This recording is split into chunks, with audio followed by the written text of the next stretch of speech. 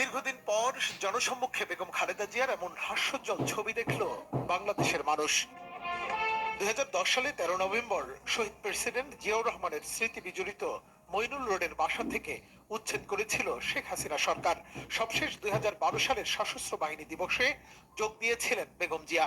এরপর দীর্ঘ 1.5 দশক আর সেনানিবাসে যাননি বেগম খালেদা জিয়া। জুলাই আগস্টের গণ আন্দোলনে স্বৈরাচার শেখ হাসিনার পলায়নের পর বদলেছে প্রেক্ষাপট।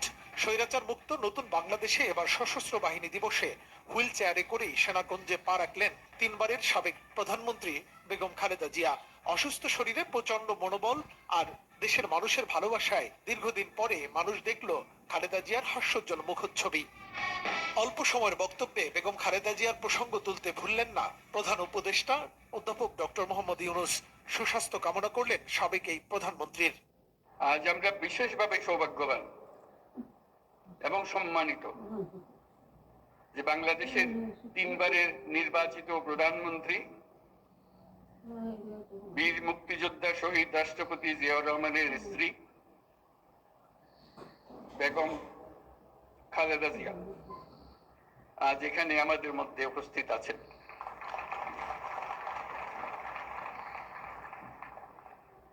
এক যুগ ধরে তিনি এই মহাসম্মেলনীতে অংশগ্রহণ করার সুযোগ পান নাই, আজকে সুযোগ পেয়েছেন। আমরা সবাই আনন্দিত এবং গর্বিত যে আমরা এই সুযোগ দিতে পেরেছি আপনাকে।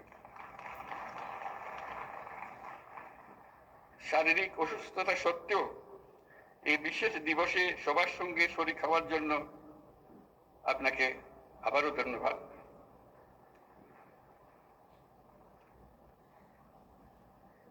আমরা তার আশু রোগমুক্তি কামনা করছি এবং এই অনুষ্ঠানে বিশেষভাবে স্বাগত জানাচ্ছি।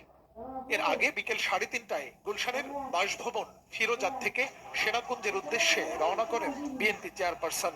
তাকে এক পলক দেখতে বাসভবনের সামনে নেতাকর্মীদের ছিল উপচে পড়া ভিড়। গ্রেফতারের আগে 2018 সালে সিলেট সফর করেছিলেন বিএনপি চেয়ারপারসন বেগম খালেদা জিয়া।